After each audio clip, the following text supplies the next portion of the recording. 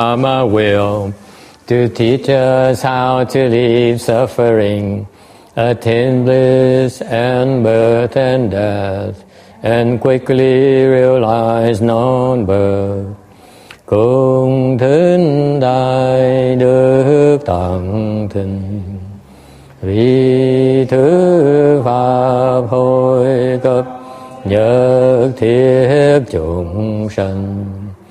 Thịnh chiến diệu pháp luân, giáo đạo ngã môn.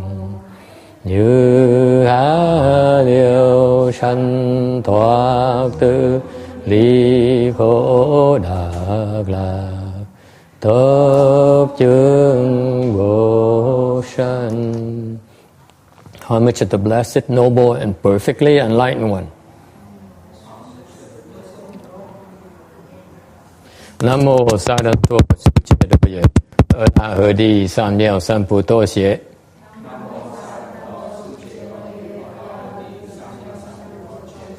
Nam mô Tạc Đạc Tha Tô Già Đa Già A La Hà Đệ Tam Miệu Tam Bộ Đà Tọa.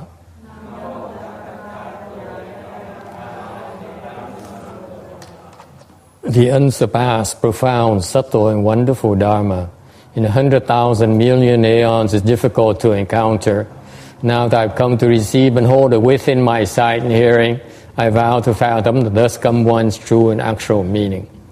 Wu sheng sheng sheng wei miao fa bai jie wan jie nan zao yu. 我今见闻得受持，愿解如来真实义。O Buddhas and Bodhisattvas, Venerable Shenhua, Venerable Bhikshunis, all good no advisors, Amitabha. Chư Phật Bồ Tát, kính thưa Hòa Thượng Thương Hoa, kính thưa quý sư cô và các vị thiện tri thức A Di Đà Phật. Chư Phật Bồ Tát, sư phụ sang rận,各位比丘尼，各位善知识，阿弥陀佛。Can you turn up the volume a little bit? I think I'm having a hard time hearing, even listening to myself. Welcome to the Amitabha lecture. Today is the August the 6th, 2011, in Rosemead, California. We are on slide 1472 of the Amitabha Sutra. We're talking about the four dharmas that bodhisattvas use to not to lose their blessings, their good roots. Đang bàn về bốn cái pháp mà các vị Bồ Tát dùng để mà bảo tồn cái phước báu của họ không làm mất. Quickly, number one, don't look at others' flaws, không nhìn tới lỗi người khác. Very, very important reaction. Always looking at and commenting on other people's flaws, like I did this morning. Chẳng như không nên nhìn lỗi người khác. Giống sáng tôi nói rất hơn một tiếng đồng hồ nói về lỗi người khác không may không có ai nghe hết. Lucky no one heard it. Number two, towards angry people, always practice kindness. Thứ nhì, đối với người giận thì mình tu cái tâm từ. You learn to develop kindness towards the people who mean you harm. Cái người ta giận dữ, ta muốn hại mình tập phát triển cái tâm từ bi, cái từ tâm đối với họ. Very difficult to do, rất là khó. Because these people, when they're angry, they're not normal, and there's nothing they're not willing to do. Khi mà người ta giận rồi đó, thiếu cái lý trí, thành ra không có bất cứ gì cũng sẵn sàng làm. Thành ra đối với những người như vậy, sẵn sàng hại mình. They're willing to hurt us, they're willing to harm us, they're willing to slander us. Họ giận, họ sẵn sàng hại mình, họ sẵn sàng giết mình, họ sẵn sàng phỉ báng mình. And yet you learn to still have a mind of kindness towards them. Mặc dầu như vậy, mình vẫn có cái tâm từ với họ như thường. Okay, very difficult to do. Number three, you often speak of causes and conditions. Mình chuyên nói cái nhân duyên. What does it mean? What do you mean? Why do you speak of causes and conditions? Mình nói những cái nhân duyên để làm cái gì? Yes, Randy. Why do you speak of causes and conditions? Because it's actually the source of why everything is the way it is. And I think it speaks to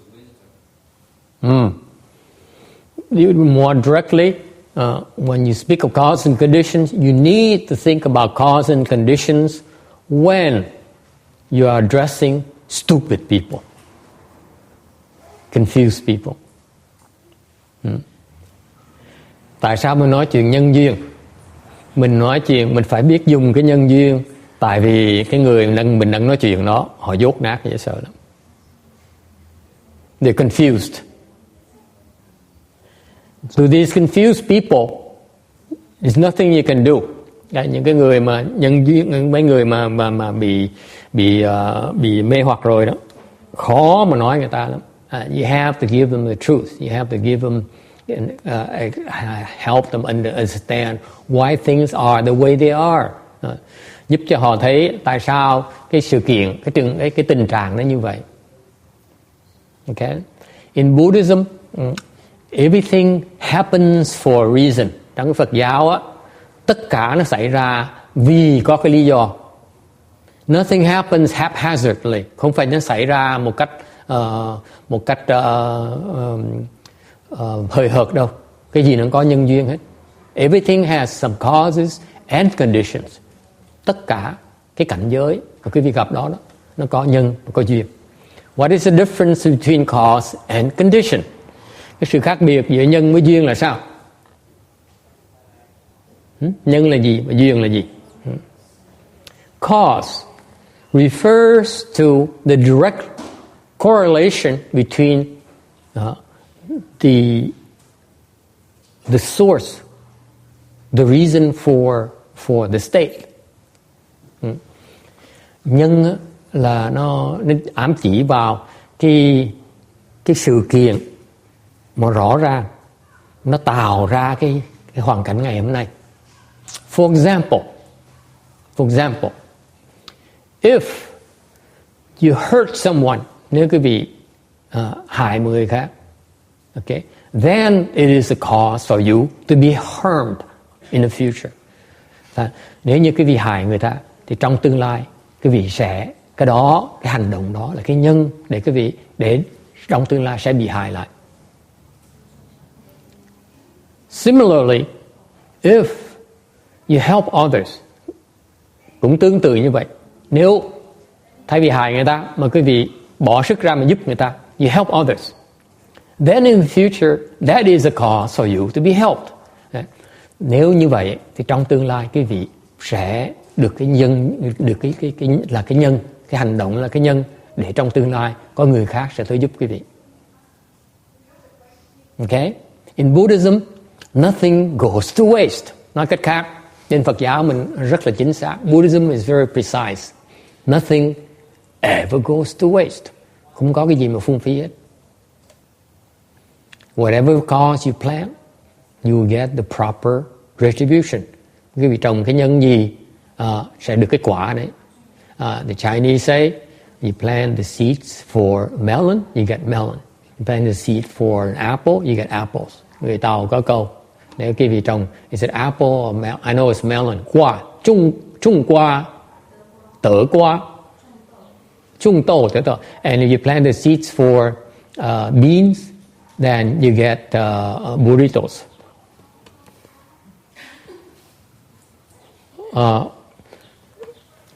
Hoặc là nếu quý vị trồng đậu thì quý vị sẽ được burritos. Okay, any questions? Okay, so that's cause is the direct relationship between that event and what happens later. Cái nhân là cái có cái sự liên hệ, nó thẳng. Okay. What about condition? Còn cái duyên là sao? Duyên, conditions are the aiding causes. Duyên là những cái trợ duyên. You will hear more often aiding conditions. Okay. Trợ duyên. Meaning that if the cause is the seed, chẳng như cái nhân á, là cái hạt á, cái chủng tử. Then the alien conditions might be water, sun, fertilizer, or the earth itself.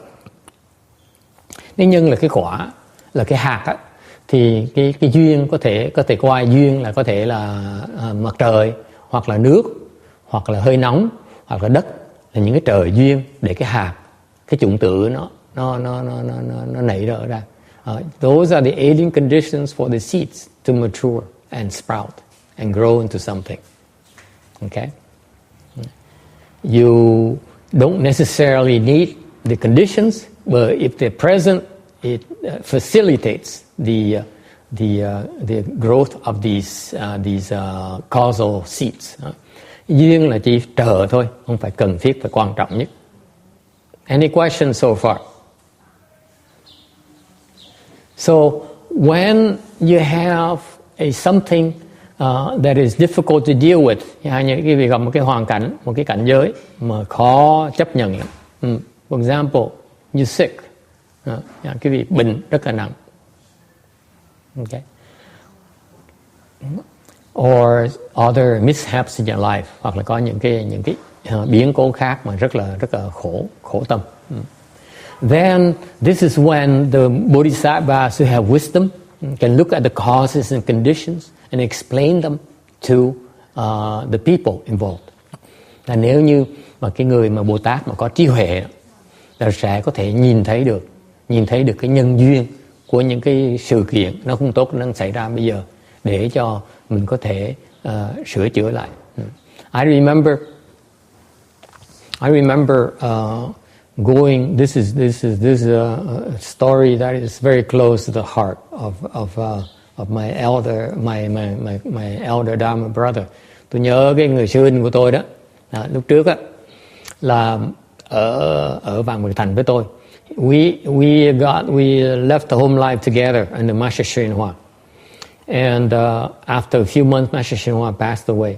Sau vài tháng ngài Tiến Hóa tịch, ngài bỏ chúng tôi, ngài đi. And so we felt deserted. And so when it's time, 10 months later, when it's time for us to receive our Shami precepts, after we received 10 months Shami precepts, and there was an opportunity to receive the Bhikshu precepts. Thì sau khi thọ tỳ kheo giới, sau khi thọ sa di giới 10 tháng rồi, thì có cái đại giới đàn để thọ tỳ kheo giới.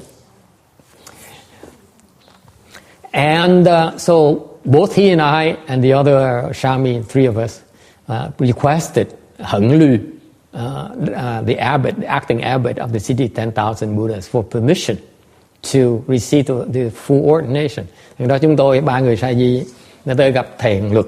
Thầy Hận Luật lúc đó là phương trưởng, gọi là con trẻ, đã được phong làm phương trưởng tạm của cái chùa Vạn Phật Thành, với 30 mấy tuổi.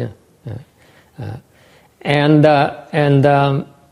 we asked for his permission because he was in charge of the Shami training program. Thì hồi đó thầy Hận Luật là phụ trách cái chương trình huấn luyện sa di.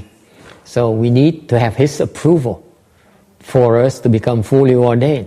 Thì ông có quyền quyết định chúng tôi có được thọ tỳ kheo giới hay không thọ tỳ kheo giới. It turns out that the committee had no problem with us receiving full ordination. Thì ra lúc đó thì cái committee á, cái what's committee in Vietnamese, Trang?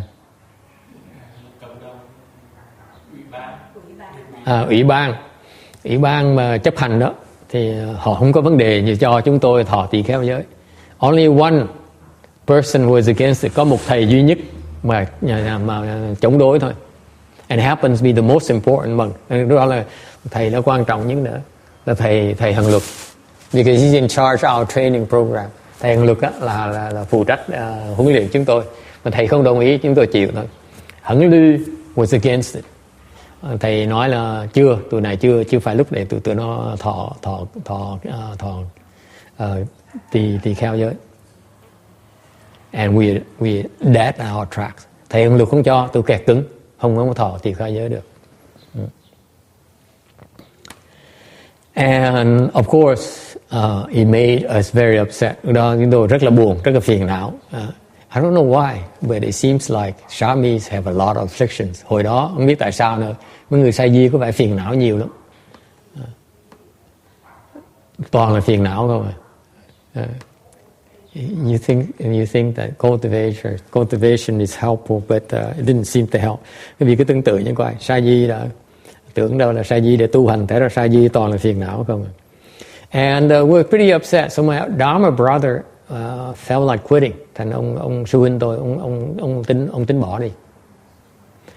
And that night he dreamt of Master Shen Hoa. Cái tối đó cái tối mà thầy đó là ngày hôm sau tính bỏ đi đó. Cái tối đó nằm mơ thấy thầy Tuyên Hóa tới. He saw Master Shen Hoa. He saw Master Shen Hoa in a dream.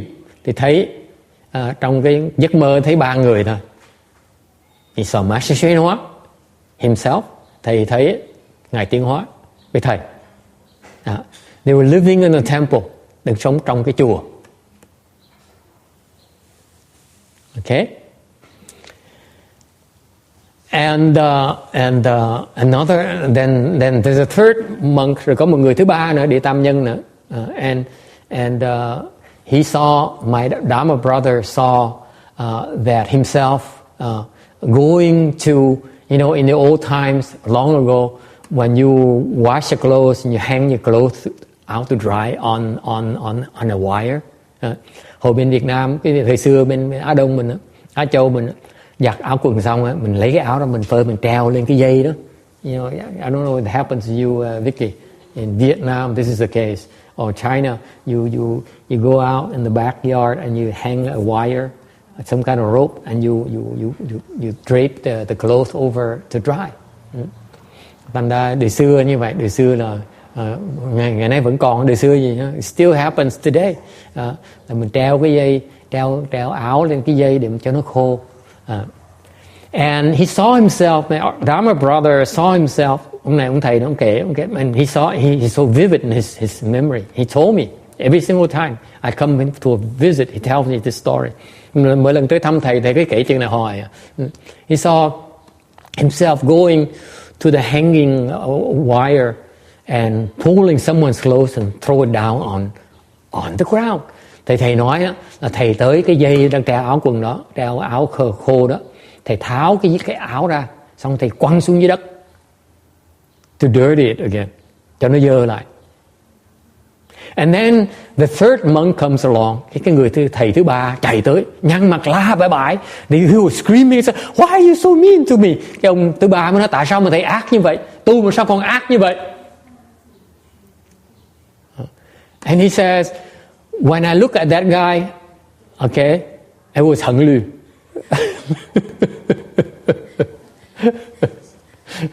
Thầy nói, khi mà tôi nhìn cái mặt cái ông người thứ ba đó, tôi nhận ra ngay lập tức là cái mặt thầy hận luật. I didn't know exactly, I don't remember exact the face, okay, I couldn't remember the face, but as soon as that guy shows up, I knew it was hận lù. Cái người thứ ba nó tới, mặc dầu cái nét á, là không giống thầy, mà tại vì cái đời trước cái mặt nó khác. See, long time ago, he probably hận lù looked differently. Vì kiếp trước chắc cái mặt ông luật nó khác. Để cái ông này mới nhìn cái mặt này biết là ông này hận luật. But he knew immediately like was hận lù in a prior life. So he knew that. Then he understood. Cái bữa tối đó mơ một cái là thức tỉnh ngay lập tức. Ông hiểu rằng ngài Tuyên Hóa nhắc. Ông nói là con biết tại sao ông luật ngài nên cản con lại không? So he got the message from Master Shen Hoa. He says, you know why Hưng Lư is against your cultivation nowadays? Because you used to impede, obstruct his cultivation.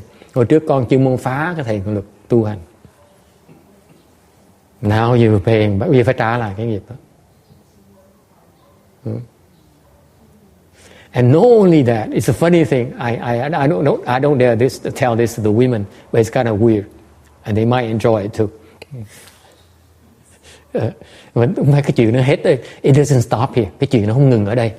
And he says, not only did I dream, did Master Shen Hoa told me about my relationship with Hận Lư. Ngài thầy mới nói là không phải là ngài Tuyên Hóa ngài giảng chỉ biết tại sao Ngài tại sao có sự xung đột giữa thầy với thầy Hằng Luật đó, thành thầy mới hiểu như vậy rồi. He abandoned his idea of quitting, so he stayed on.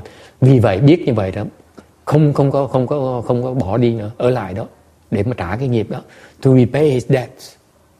Okay, and he says to this day, đến ngày hôm nay nè, okay, he still dreams, have similar dreams. Tới until recently, tới cách đây là this is 16 years, 17 years. Quý vị nhớ cái là 17, 18 năm trước. This is 16, 17 years ago. He dreamt of Master Xuan Hoa. Cái này ông Tiêu Hóa ông báo mộng chứ, là 16, 17 năm trước rồi. Mới đây thôi, it's only recently he told me that he stopped dreaming, having this kind of dream. Gần đây thầy mới nói, gần đây tôi mới hết mơ cái loại mơ này. He used to dream himself walking naked everywhere. And he related the fact he was giving Hằng Lư a hard time about his clothes. That's why he has no clothes to wear. Ông kể tôi cười là ông nói là ông chuyên môn mơ là ông mơ, bây giờ vẫn còn mơ, lúc trước cách gần đây mới hết đó, là vẫn đi mơ là trong giấc mơ mình trông như con nhộng vậy đó, mà đi đâu cũng là cái nhớ là tại mình làm dơ áo người ta không có áo mặc, bây giờ mình mơ mình có áo mặc luôn. So now in his dream he has no clothes to wear himself. Okay, so it's important if you're able to understand causes and conditions, then you stop making mistakes. Nếu quý vị thấy được cái nhân với duyên, hiểu được cái nhân với duyên, thì quý vị không làm sai lầm nữa. This is what the Bodhisattvas do for us. Cái đây những vị Bồ Tát ta làm cho chúng ta, nói cho biết cái nhân duyên. Okay, that's what Master Xuan Hoa did for my Dharma brother. Tại Ngài Tiêu Hóa Ngài dạy cho ông sư huynh tôi biết là cái nhân duyên như vậy. Okay. Yes. Any condition is completely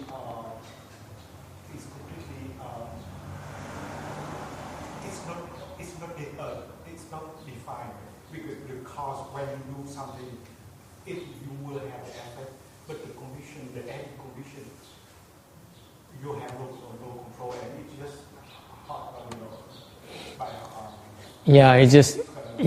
by it's just like you're the main culprit, but you have your own helpers. For example, you beat me, but Randy helped you out, and he stands there and laughs. Serves you right. Okay, you become the main cause, but because of his being around are the conditions. Okay, to encourage you to beat me more, to give me a much harder time. Okay, and in future you both have to pay for it, I assure you. Okay, Buddhism is so fascinating for that sense because there's direct relationship between an action and the consequences. Cái Phật giáo nó hay ở chỗ đó là bất cứ quý vị làm cái gì đó có một cái hậu quả. Everything we do has a consequence. Tất cả cái gì mình làm đó nó có một cái hậu quả hết. Everything.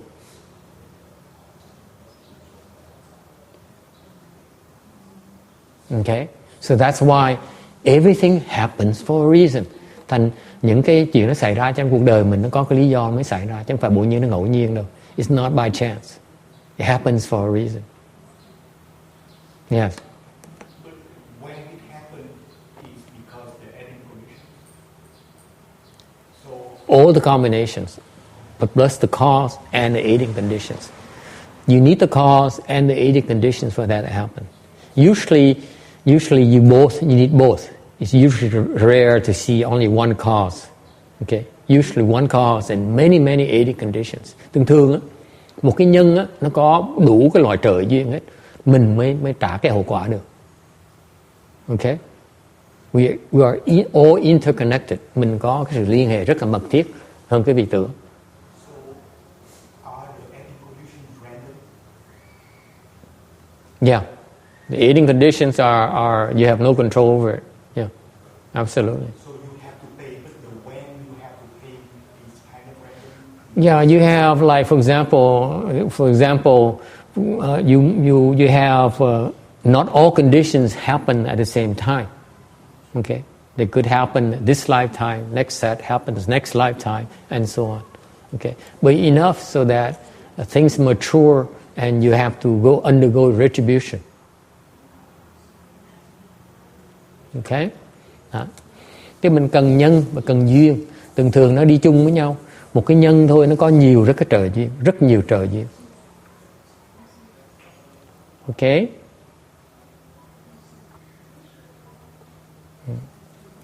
All right. Any questions or comments? Có ý kiến thắc mắc gì không? Yes. So, Master, you have no control of the 80 conditions. Zero. You have the only thing you have control over is you don't create karma. Cách duy nhất mà quý vị có cái sự tự chủ là quý vị không có tạo nghiệp thôi. If you create karma, okay. Remember, what is the cause of something could be the aiding condition for something else. Một cái nhân của một cái sự kiện này có thể là cái trời duyên của cái sự kiện khác. Okay. It's all meshed up. Nó liên kết với nhau một cách trùng duyên khởi. Không cách nào quý vị biết cái nào bắt đầu chỗ nào, cái nào nó ngừng lại chỗ khác. Okay. You don't know where it begins and where it ends. Okay. Don't be too attached to it. Đừng có chấp trước quá. Just the concept here is that there is you planted the reason for things that happen to you right now, especially your stupidity. Là phải hiểu rằng lý do nó xảy ra là tại vì mình đã trồng cái nhân đó rồi, mình chịu thôi. Okay, and the only reason it's too late now to complain about it. Đừng than phiền cũng chừng đó thôi. Okay. If you don't like it, the reason you want to understand the cause or conditions for it, because you want to see the relationship. And you understand the dharma, the principles behind it, so that you stop making mistakes, stop creating offenses. Thành ra cái quan trọng ở chỗ này là nếu quý vị thấy được cái sự liên hệ giữa cái nhân với duyên với là cái hậu quả đó, thì quý vị sẽ không có làm cái điều sai quấy nữa. This is the important part of teaching. Cái phần giáo huấn ở chỗ đó. Sometimes you need to wait for the conditions, causing conditions to occur so that you can link them to the behavior, certain behavior. When you want to educate someone, như dạy con cái mình như vậy, phải ngồi mình đợi. Thì khi mình phải đợi, mình chỉ nói trước cho biết là mình trồng cái nhân này. Sometimes all you can do, you say, this is the seed you're planting. This is what you're going to get down the road. Mình chỉ có thể nói cho nó được là lỡ dại mà trồng cái nhân này thì trong tương lai phải có cái quả đó. Okay, it's down the road. You have to pay for it. Okay, trồng cái nhân sẽ phải lãnh cái quả đó. Thì mình phải đợi thời gian để đứa con cái mình nó thấy được cái đó, nó mới tin mình được. And you need time for that to happen, for you to for your words to be credible. Okay, you can't force it. Không bắt người ta được. Especially when you want to educate your children, you have to be very patient. Cái chuyện mà nhất là quý vị lúc mà bậc cha mẹ đó phải chú trọng cái chuyện này. Mình chỉ nói trước cho nó biết thôi. Mình chỉ cho thấy được cái nhân duyên thôi. Rồi để cho nó tự thấy, tự khám phá lấy. All we can do is show them the causes and conditions of their actions, and let them discover themselves the price they have to pay. Cuối cùng phải đợi cho nó cái cơ hội để cho nó thấy được cái hậu quả của cái đó. Okay. Don't do like typical, đừng có làm như những cái bậc cha mẹ thông thường. You're so afraid of the consequences, you stop your children from planting the causes. Cái bậc cha mẹ thường là sợ cái hậu quả, thành không cho phép con cái mình trồng cái nhân luôn nè. You overprotective, như vậy quý vị là quá đáng. It's their lives, đời của tụi nó, mà đâu có cấm nó được. You cannot stop them from hurting themselves. Okay? Nó muốn làm quấy thì cái cuộc đời nó mình phải chấp nhận cái chuyện đó, không thể ép cho nó được. Okay, but the causes and conditions will make makes you more credible. Thấy được cái nhân duyên thì làm cái gì có cái sự tín nhiệm hơn.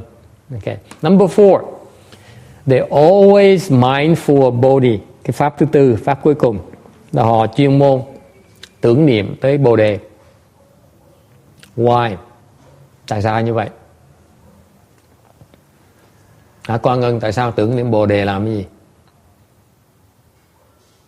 Mình đi Hawaii vẫn tưởng niệm tới Bồ đề như thế. For example, you go to Hawaii, you still think of Bodhi as well.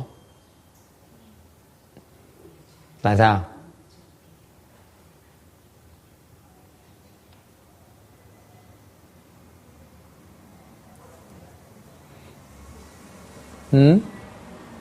Why should you always be mindful of Bodhi? Tại sao mình phải chuyên môn tưởng nhớ tới cái Bồ đề? Yeah. It says, plan to cease to become a Buddha. Bồ đề là Phật. Bodhi is enlightenment. Bồ đề này là giác ngộ, là Phật. Okay? So you always mindful of Buddhahood. Mình nhớ tới cái quả vị Phật, mình nhớ tới cái sự giác ngộ. Okay? Để làm cái gì? What for? How is it protective of the good roots? Nào như vậy mà mình giữ bảo tồn được cái thiện căn của mình. Yeah. It says it reminds you of great compassion, kindness and compassion. Yes, nhớ cái lòng từ bi. What else? It's very fundamental to your existence. Cái này là cái sự một cái căn bản quan trọng trong cái cuộc sống của chúng ta. What is the purpose of life? Have you ever wondered? Quý vị có bao giờ tự hỏi mình sống để làm gì không? Have you thought of that? Sống làm gì? What do you live for? Routine. 你活着做什么？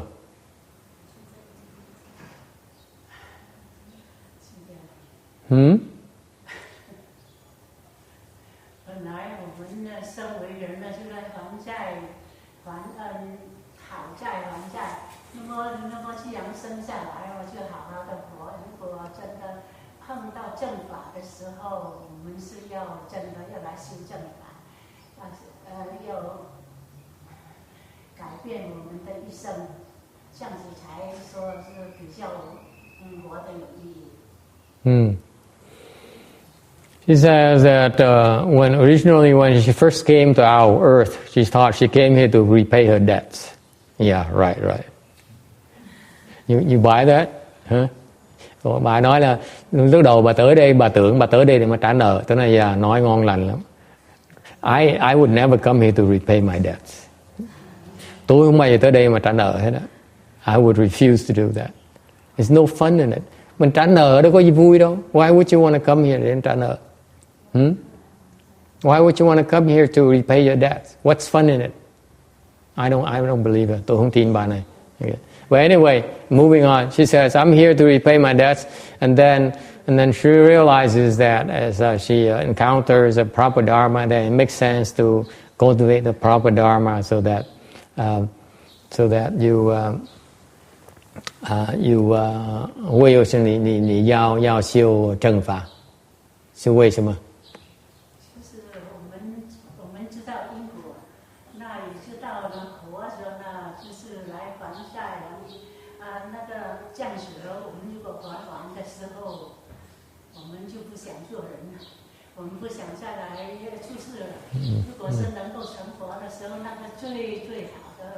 没办法的时候，也要慢慢的修行，也要是这样子的。Yeah, and now she's making an excuse why she wants to go slow. This woman is very, very subtle. Yeah, she sells herself in a very subtle way. So basically, when I ask her, she's afraid she needs to justify herself why she's doing things that way. I didn't mean to put her on the spot, but she heard it as that. She said, "Let's see, how can I make sense out of my life here?" So she's working at it. Okay, but she's got the drift.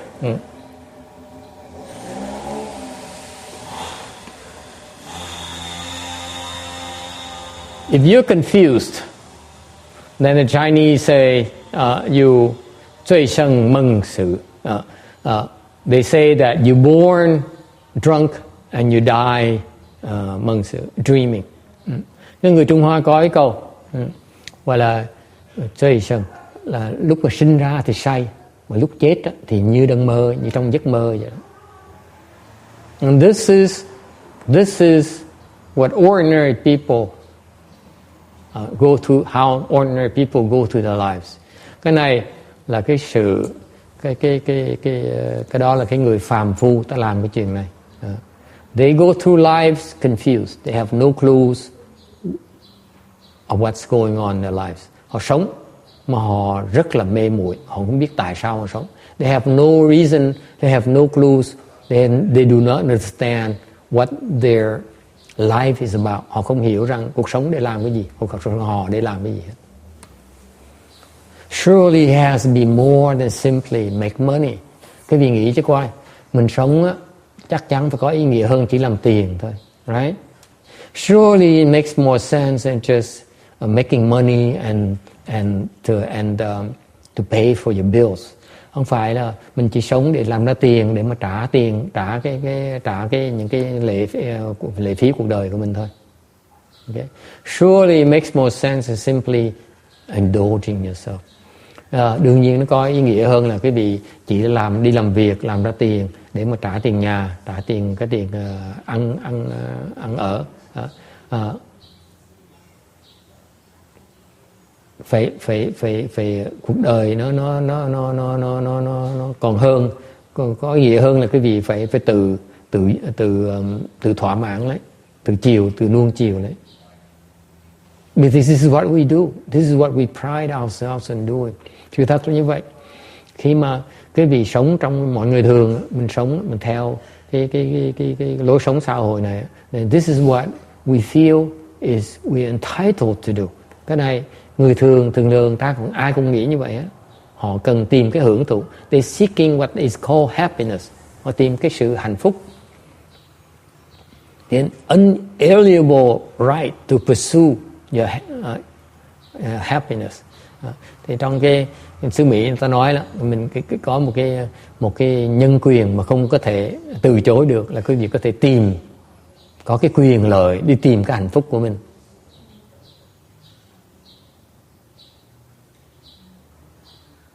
Okay? In Buddhism we have a different approach. Bên Phật giáo có cái cách nhìn khác, cái nhân sinh quan khác. We have a different way of looking at life. Buddhism is about whether it makes sense or not. Bên Phật giáo mình coi thì nó có lý là không có lý. What's the point? Mình sống để làm cái gì? Is that we get married, have a husband, bring children to the world, and then die all together, grow all together and die. Cái vị nghĩ chứ coi, mình sinh ra các phụ nữ đó, sinh sống ra xong kiếm được một chồng tử tế, mừng dễ sợ. You found a good husband, you're so happy to be able to find such a good man, a wonderful man. Everyone is giggling now, and especially the men's side. And then you bring children, and then you have children, rồi đẻ con ra. And you spend 18 years of life rearing your children. Bỏ 18 năm đời cuộc đời mình để nuôi con. Another 4 years to work your butt off to pay for the college. Rồi xong rồi cái cô Christy này đã làm việc xong rồi nuôi con 18 năm trời, xong rồi phải 4 năm sau cuối cùng á là tới 22 tuổi mới trả làm việc để mà trả cái tiền đại học cho nó. Okay. And then they say, oh, by the way, thanks mom, dad, you're wonderful. And then they say sayonara. Xong rồi con cái mình nó nói, cha mẹ quý hóa vậy, sao con cảm ơn cha mẹ. Xong rồi nói thôi, vì con từ giả. And then your life becomes so empty. Cái biết không? Lúc đó cuộc đời cái vị nó trống trơn. You have no more purpose in life. Lúc đó cuộc đời nó không còn ý nghĩa nữa. Think about it. Think about it.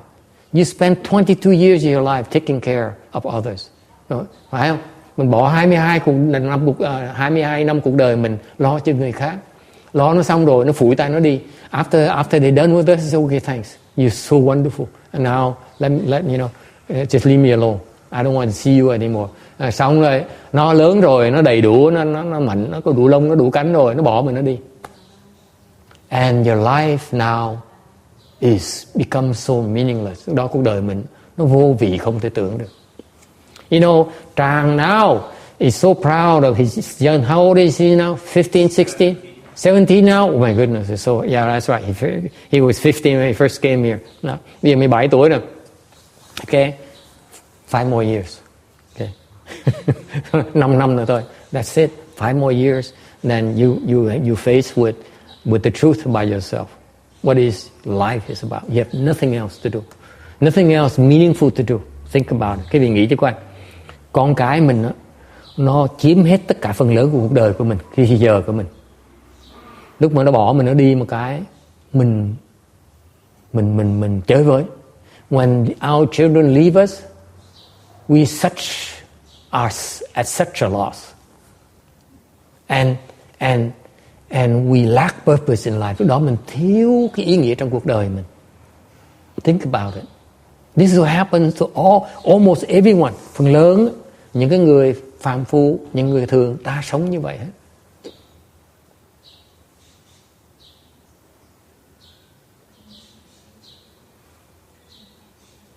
Okay? It seems like we find meaning in our family, we find meaning in others. Mình tìm có vẻ con người tìm ý nghĩa với cái gia đình của mình, tìm ý nghĩa với con người khác. Okay? If your life has only meaning because of others, then your life has no meaning whatsoever. Tôi nói quý vị nghe, tôi đề nghị quý vị cái này. Nếu như bác Thân Hương, nếu cuộc đời của bác chỉ có ý nghĩa nhờ những người khác, nhờ con cái mình, nhờ con cháu của mình thì cuộc đời mình không có ý nghĩa gì hết.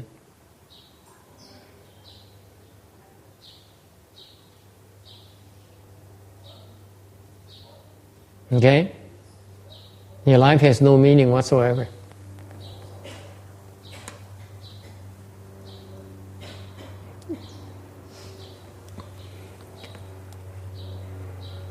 Yes.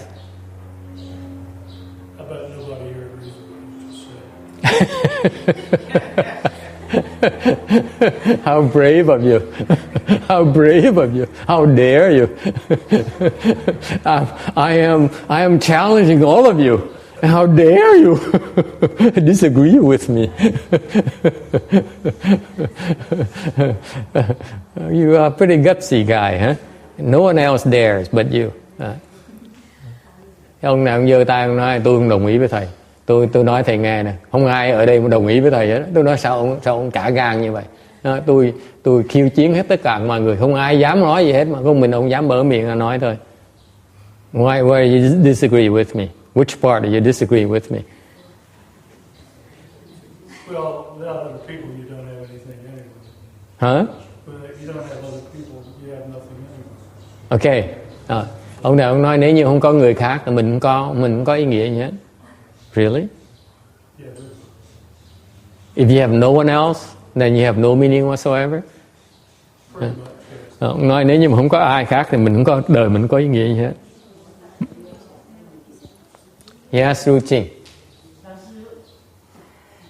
我想，我觉得说每一个人没有遇到佛法之前我们都是凡夫，我们不懂什么，一点都不知，所以我们的追求都是好像刚刚老师所讲的，那么遇到了佛法以后呢，我们认清楚了是这样子。所以我的看法呢，就是好像刚才我所讲的，以前呢我是一个凡夫，现在虽然还是凡夫，不过呢是有点觉悟，知道一些佛法。所以我刚刚讲，就是我们要修道，要修行，才那个能够改变我们下一生的那个生命，是这样子。以前什么都是跟普通人一样的想法，一样的追求。对对，He said, before I understand and before I encountered the proper Dharma, I just like everyone else. I didn't know what I was supposed to do with my life. Now she feels that cultivating makes sense. Okay? Why? Why is that? Here's my problem with your assertion. Text. This is text, by the way. The guy who dare disagree with me. No respect. Here's the problem. You put all your eggs in one basket. What about in the future?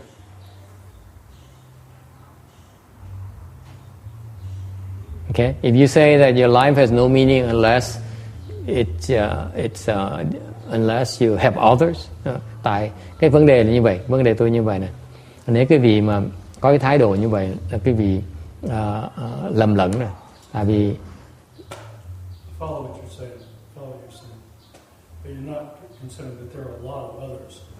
You can't just depend on your family, your two close friends, or whatever. You can't do that. You have to consider all. Okay, give me the list then. Give me an exhaustive list. I'm game. Okay. Besides your family, who else do you have? Well, we have 320 million people in the United States.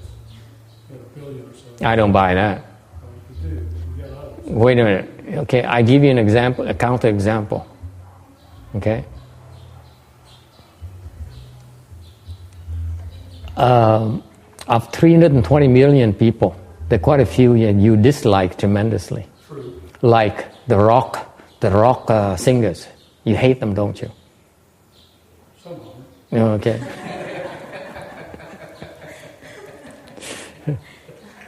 Okay, so definitely it's not 320 million people. Okay, take out the rap singer. Okay. Okay. So there's a lot.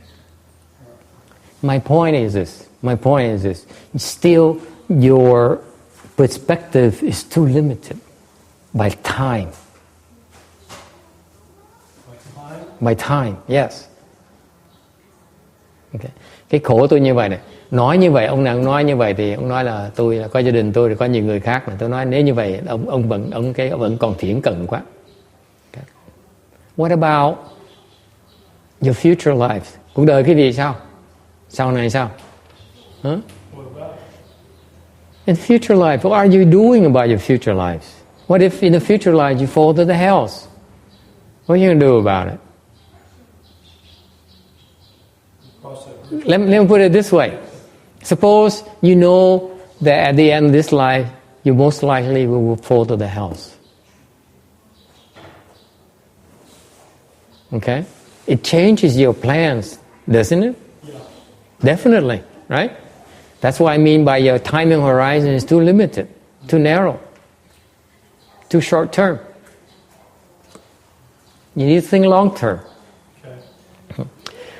Tôi nói như vậy nè, nếu quý vị mà suy nghĩ chỉ chừng là thôi, nói tôi, gia đình tôi với người bạn thân thiết của tôi, những người mà tôi quan trọng của cuộc đời tôi đó, là họ đem ý nghĩa lại cho cuộc đời tôi nói như vậy nè. Tôi đề nghị như vậy nè, nếu như vậy cách nhìn quý vị còn thiển cận quá. Chẳng như nếu như ngày quý vị biết cái đời sau quý vị sẽ đọa địa ngục, thì quý vị sẽ suy nghĩ hoàn toàn nó khác hẳn. Okay? Cái đó là ý nghĩa tôi nói là cái cách nhìn quý vị nó có thiển cận như vậy đó. Okay?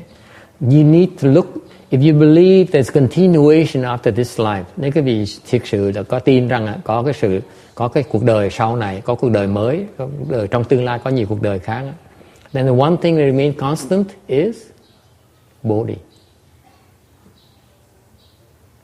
Nếu quý vị tin rằng trong tương lai sẽ có nhiều cuộc đời khác, quý vị sẽ đổi thân khác, thì một cái mà nó không thay đổi nó không bao giờ thay đổi là cái giác ngộ. Nếu quý vị biết rằng đó là còn có tương lai thì quý vị phải lo cho tương lai. Muốn lo tương lai phải lo cho giác ngộ. Tại cái đó nó không thay đổi. Quý vị trong tương lai có thể làm voi, làm chó, làm giàu, làm vua, làm quỷ, nhưng đều nó không, cái giác nó không có thay đổi. I don't care what you're going to be next lifetimes, whether you're going to be a king or a queen, a man or woman, you can be a ghost, you can be a god, goddess. Okay? The one thing that's not changed is body. In every single of your lifetime, body does not change. You need to plan for that.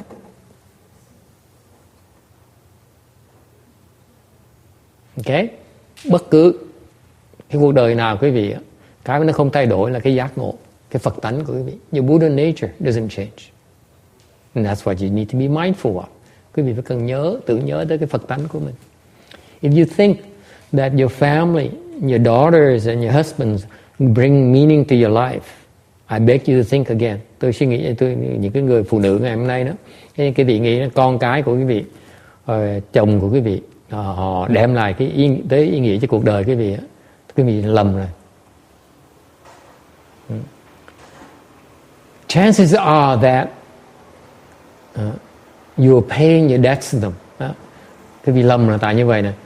Phần lớn quý vị đang trả nợ cho chồng với cho con mình. Anyone dares disagree with me? Có ai dám không đồng ý với tôi không? See, when I put it properly, no one dares. Khi mà tôi nói một cách rõ ràng như vậy, không ai dám cãi hết.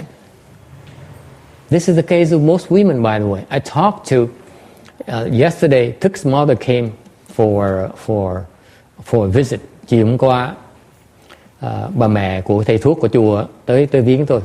She wanted to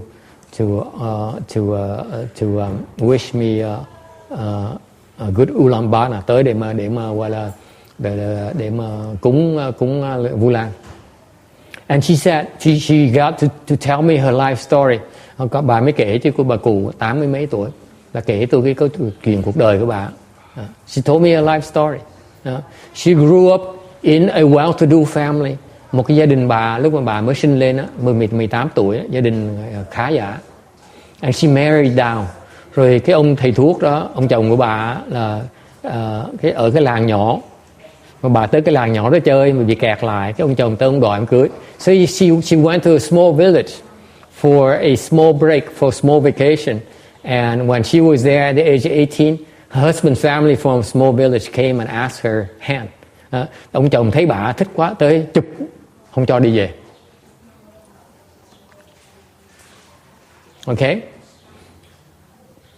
And because she didn't get along well with her mother, she said, okay, it's better having a husband than going back and face my mother. Bà này cũng tội lắm. Bà nói tại vì bà với ở nhà mẹ con thì không bà mẹ chuyên môn bà đì bà này, thành ra bà cứ sai hỏi bà sai. The entire whatever her mother used to needs to have done, she was the one who has to do it, and she's the one who takes the blame. Everything goes wrong. She hated it. So when this man came along, even though she said it very funny. She said, I know that he's kind of lower status in my family, but he's the best thing I got going at the time. Bà nói tức cười dễ sợ. Bà nói là cái thời đó thầy biết không, cái nhà con nó khá giả lắm. My family is well to do. I was lacking nothing. But it turns out my mother and I don't get along. Therefore, my husband, the guy who came and asked my hand, even though he's from a small village and he's not well off himself, he's kind of poor. But it's better than going back to face my own mother. Chẳng thà mà đi với ổng còn hơn là về gặp lại mẹ tôi. So he married him, thinking she got a better deal. Thành bà mới cưới ổng á. Bà đồng ý cưới ổng.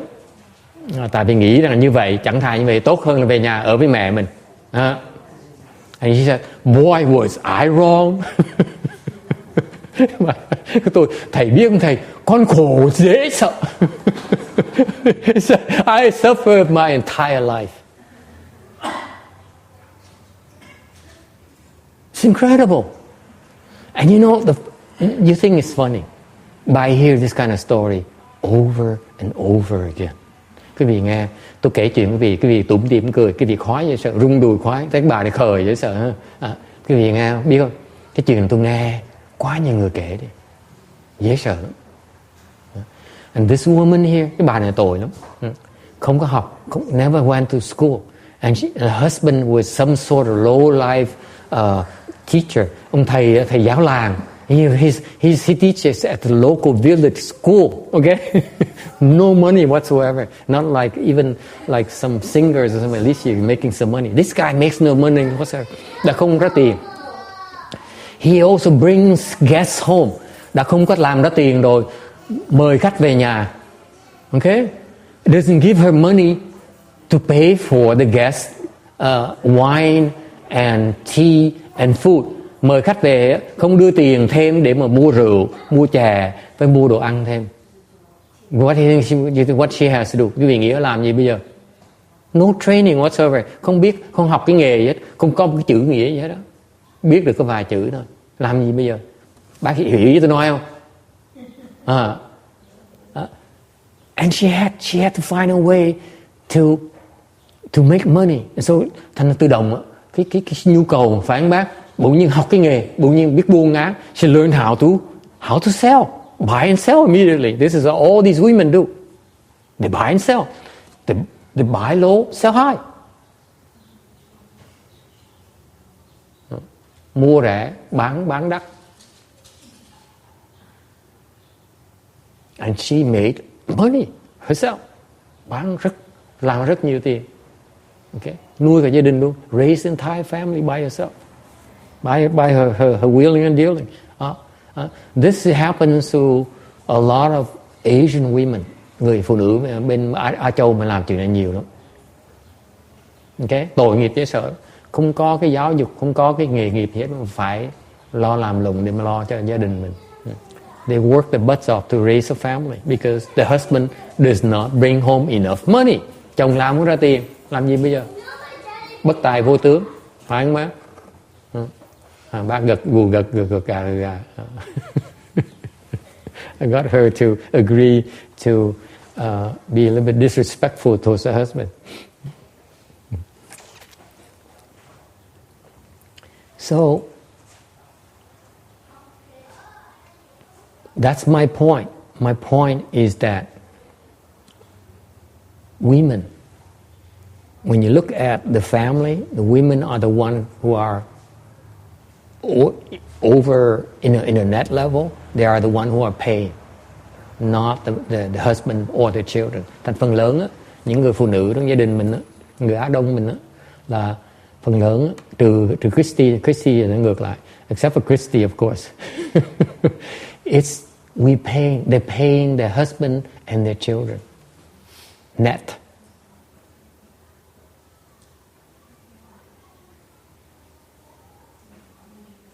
Okay?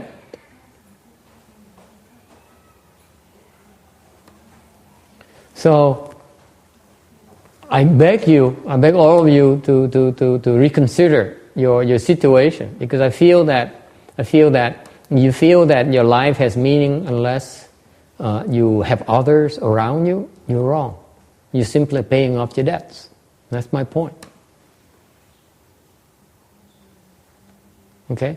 It's got to be more to life than this. Tôi nghĩ cuộc đời nó có ý nghĩa hơn nhiều. Okay? And the thing that is not changing from lifetime to lifetime, cái mà nó không bao giờ nó thay đổi hết. Bất cứ quý vị làm cái gì, quý vị có thể thành gì đi nữa, là cái giác ngộ của quý vị.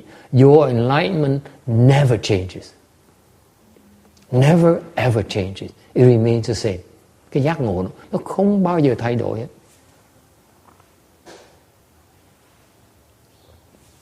And that's why the Bodhisattvas are so wise. Bởi vậy, những cái vị Bồ Tát á, họ rất là có trí huệ.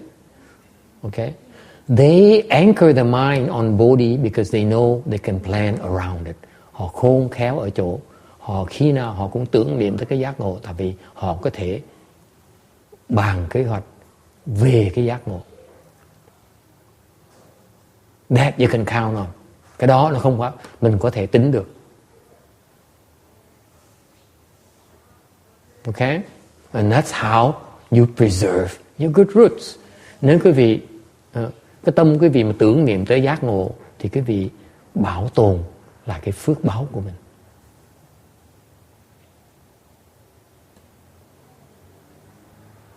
If you plan your life around your wife, nếu quý vị bàn cái kế hoạch của quý vị, cuộc đời quý vị xung quanh vợ quý vị, when your wife leaves, what are you gonna do? Khi mà bà đi rồi mà làm gì bây giờ? Kiếm bà khác. Ước says, I go find another one. Two, just ông nói ông phải kiếm người khác mà kiếm 2 người khác luôn nữa.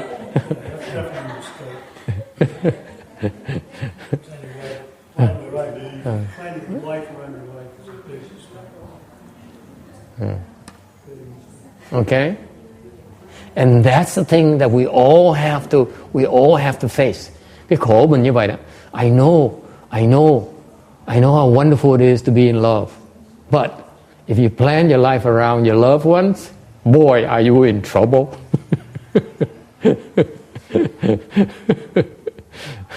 Okay. Any questions? Ai thắc mắc gì không? Any horror stories you want to tell us? Có ai có cái chuyện gì khổ sở mà muốn kể lại cho quý vị đại chúng nghe không? The women's side, you have any? That woman, her life story, she spends an hour telling me about her life story. It made me cry. Nghe bà kể tôi khóc. It is so sad. Khổ dễ sợ luôn. Phải không bác Thân Hương? Cái khổ mà she said that her generation, they suffer so much that the children have no clues on why they're suffering so much. Đời họ khổ dễ sợ mà không biết. Khổ dễ sợ lắm. Cái thời của bác đó khổ dễ sợ lắm. And they're in her generation, it's horrible. Now it's just the opposite. And now the new generation is women have it happy and the men have it bad. Phải không Trường? Phải Trang? Yeah, it balances things out. Yeah. Thời buổi này đàn ông khổ, đàn bà sướng. Như vậy. Thời buổi này, nowadays it's the women who are have it made, the men who suffer so much when they divorce us and make us so unhappy. Yeah. Now it's the men who are sticky. Bây giờ đàn ông á là chấp trước, đàn bà là tàn nhẫn. And the women who are cruel nowadays, the men are. Yeah, going back to what you're saying, that's anytime you attach too much value to something that's impermanent, you're always going to suffer. That's just the nature. It's not going to stay like that forever. If you put all your eggs in one basket, it's always going to eventually come back to bite. You see, we instinctively go through lives investing, aren't we? Cái gì nghĩ lại cho coi. Trong thâm tâm mình á, khi mình sống á, khi nào mình cũng đầu tư hết. For example, Carol invests in her Mikado. Chẳng hạn như cái cô kia đầu tư vào con. She works so hard all day and goes home and, did you do your homework? Did you do your homework? Did you have dinner? Here, have some chips.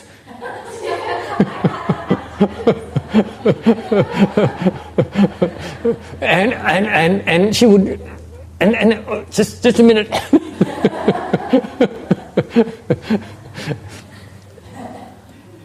Naturally we do things, we invest in things that are important to us.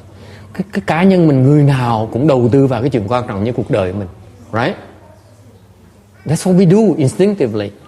The Bodhisattvas, I'm telling you this because I'm reminding you the Bodhisattvas, okay, unlike Jasmine who invests in her nephew and nieces only,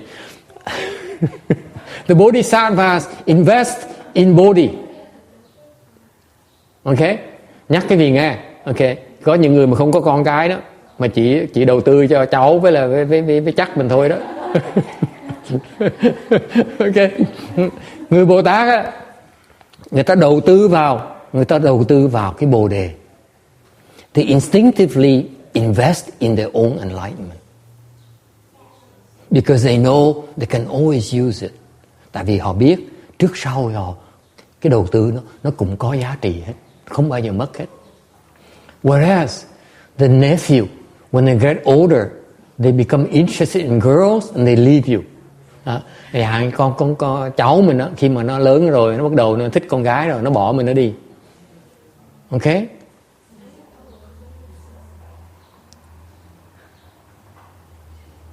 All right. Any question? Ai thắc mắc gì không? Yes. Okay, so what are the methods of investing in Bodhi? Investing, what can you do to invest in Bodhi? Mình làm gì để mình đầu tư vào Bồ đề bây giờ? I can think of a million things. Like $1 million.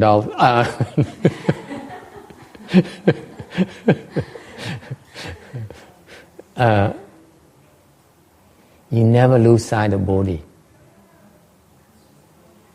Meaning that this life is only transitory. What have you done to get any closer to Bodhi this lifetime? Làm sao mình đầu tư vào cái Bồ đề bây giờ? Mình đầu tư Bồ đề bằng cách mình tự hỏi mình, cuộc đời này mình còn cái cơ hội mình biết cái khái niệm gọi là Bồ đề đó. Now you're aware of a concept called Bodhi. What have you done to get yourself, position yourself closer to Bodhi? Nếu quý vị biết cái Bồ đề đó là cái mình muốn tới, you know it's probably the most meaningful thing you can do for your life is to attain Bodhi. Thực ra cái như vậy này, ngoài cái Bồ đề ra không có cái gì mà quan trọng hơn quý vị có thể làm được hết. Okay? If you believe that Bodhi is the most important accomplishment you can have in this lifetime, then you have to ask yourself, what have I done to bring myself, to position myself a little bit closer to it now and in the future. Thành ra nếu quý vị tin rằng cái Bồ đề là cái mục tiêu quan trọng, tối thượng, tối quan trọng của cuộc đời mình, thì mình tự hỏi lấy mình đã làm cái gì cuộc đời này để mình có thể tới gần Bồ đề hơn, và đời sau mình có thể tới gần Bồ đề hơn. And I may assure you one thing, now the text mentioned it. Bây giờ ông Gia Trắng hỏi tôi mới nói, thành thật nói cái vị nghe. One thing that's so important, brings so closer to Bodhi. Quý vị biết cái nào gần nhất Bồ đề là gì không?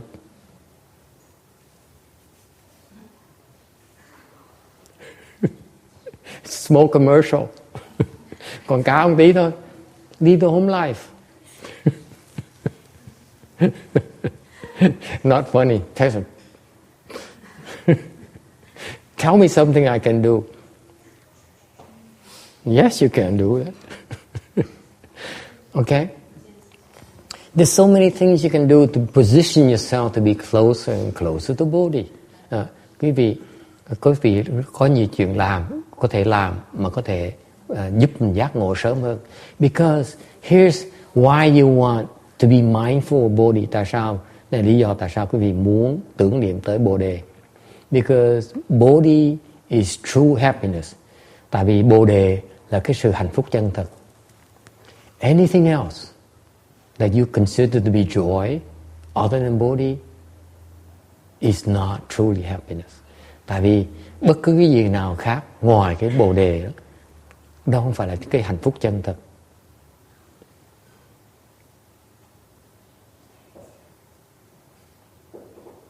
Okay? And let me tell you something. Nói cái vị nghe chuyện này nữa nè. Okay? Cái Bồ đề đó, the Bodhi I'm talking about is incremental. Cái Bồ đề tôi đang nói này là cái Bồ đề đó, nó có cái tầng lớp. It's not simply Buddhahood. Nó không phải là Phật quả đâu. Mà cái này là cái giác ngộ. This is enlightenment I'm talking about. Enlightenment has many gradations. has lots of gradations. Cái giác ngộ nó có nhiều cái tầng lớp, có nhiều cái trình độ khác nhau đó. But if you make it, you make it to, what is it I eat today? Oh, mới sẽ cái trà của sư cô cho nó. I'm kidding. Ate too much today. Nếu quý vị đạt được cái bồ đề, if you reach the first level of body, you are so happy. Lúc đó quý vị thấy được, nếm được cái mùi vị của cái hạnh phúc. Lúc đó quý vị mới thích. Then you really enjoy it. It is incredible, incredibly blissful. Quý vị thấy được cái giác ngộ đó, nó thích thú dễ sợ. Okay, and I urge you. This is why the Bodhisattvas can be always mindful of body. Bởi vì vậy, các vị Bồ Tát mới luôn luôn có thể tưởng niệm được cái bồ đề. Tại cái bồ đề nó tuyệt vời. Because the body they're mindful of is enlightenment, which is incredibly wonderful. Incredible and wonderful. Inconceivably wonderful. Tại cái bồ đề này đó, cái giác ngộ này đó, nó tuyệt vời, nó bất khả tư nghị, không thể nào diễn tả nổi. Cannot be described.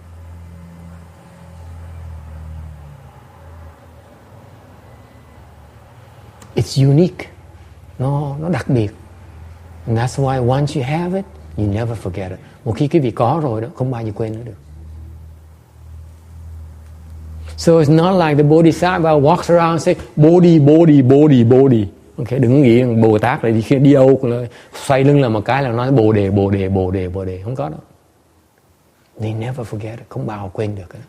Khi mà họ thấy được cái giác ngộ rồi, họ không bao giờ quên được cái đó. Once they've seen enlightenment, once they experience enlightenment, they will never forget it. Okay, any questions or comments?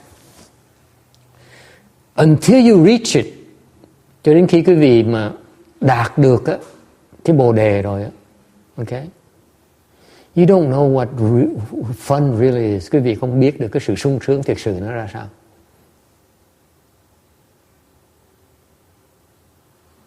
Because the pleasure you experience is always mixed with displeasure. Tại vì á, trước khi quý vị đạt được cái bồ đề này á, cái giác ngộ này á, cái sướng của quý vị đó, nó bao giờ nó cũng xen kẽ với cái bất hạnh ở trong đó.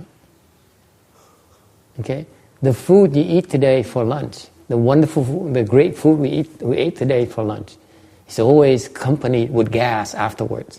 Như quý vị ăn no một cái rồi, lát chiều đó hơi ra. Okay, it's pleasure and displeasure all intermixed. Thành bây giờ sướng với là cái không sung sướng nó có chung với nhau hết. You feel so good, and then the moment you stop.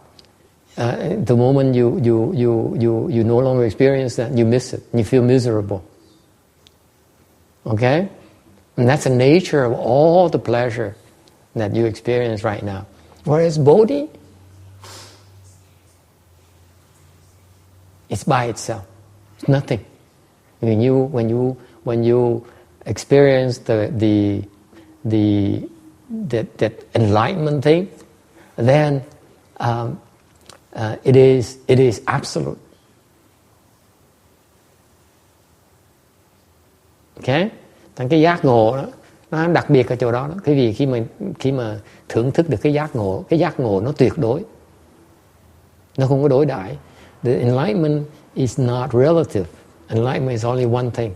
Cái giác ngộ nó có một thể thôi. Nó không có đối tượng. Okay, any questions? Ai thắc mắc gì không?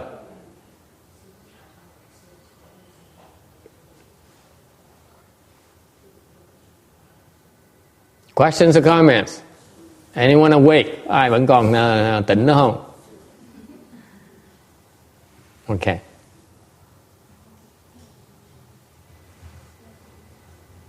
Okay, so going back to the question, to summarize, How do you invest in Bodhi? Làm sao mình trồng, mình đầu tư vào là Bồ đề? Okay. You invest in Bodhi by doing everything you can to draw nearer to it. Mình đầu tư vào Bồ đề bằng cách là mình dùng hết tất cả cái khả năng của mình để mình càng ngày mình tới gần nó hơn. Okay? Because that is not wasted. Bất cứ cái gì đầu tư vào cái gì vào Bồ đề không bao giờ phí phạm nó hết. You invest in your son, he'll leave you one of these days. Cái gì mà đầu tư cho cháu mình đó, trước sau nó cũng bỏ mình nó đi. Any questions? Tôi cam đoan cái đó là chắc chắn không cách nào mà cái gì chạy cái đó được hết. There's no way for you to avoid it. Questions? Ai thắc mắc gì không? Okay, very good. Next slide.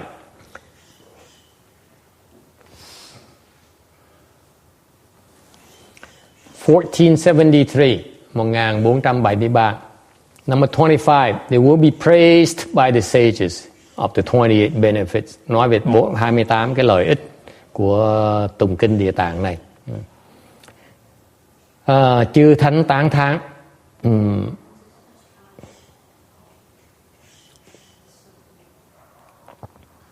Meaning that the sages, meaning the Buddhas and Bodhisattvas of the 10 directions will praise you. Phật với Bồ Tát của 10 phương sẽ khen thưởng quý vị. For having cultivated superior blessing, tại vì đã trồng cái phước báo thù thắng. Okay. The Earth Store Bodhisattva Sutra is one of the superior Dharma doors you can find. Cái pháp mà Địa Tạng này, pháp môn Địa Tạng này là nó có nhiều cái thù thắng rất là tuyệt vời.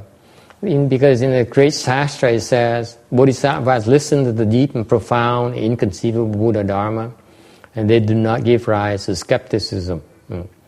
Tại vì trong cái đại luận á, là cái luận mà cái phần mà nói về trí huệ, người có trí huệ biên ra, người trí huệ được cho những người có trí huệ, để nói rằng những người Bồ Tát khi mà nghe tới những cái giáo lý mà bất khả tư nghị, khó mà tin được lắm, rất là thâm sâu, rất là khó hiểu về Phật giáo, thì họ hoàn toàn không có một cái nghi ngờ nào hết. They absolutely give rise to no skepticism whatsoever.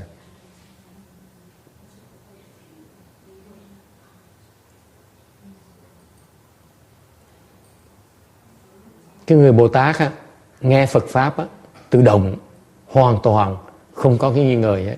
We are talking about the Buddha Dharma here. We're not talking about just anything. Okay? When the Bodhisattvas hear or listen to the Buddha Dharma, they have no doubt whatsoever. Cái này cái đặc biệt của những ngài Bồ Tát đó. Ngài nghe Pháp á, nghe Phật Pháp á, ngài không bao giờ nghi hết đó.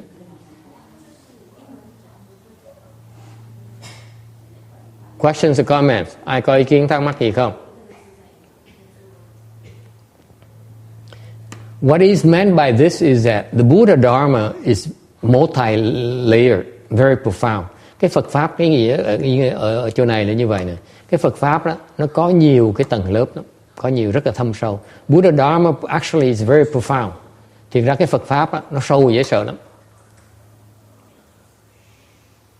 Rất là sâu. Okay? Yes. Why does the Chinese has the word regret in there? Hủy.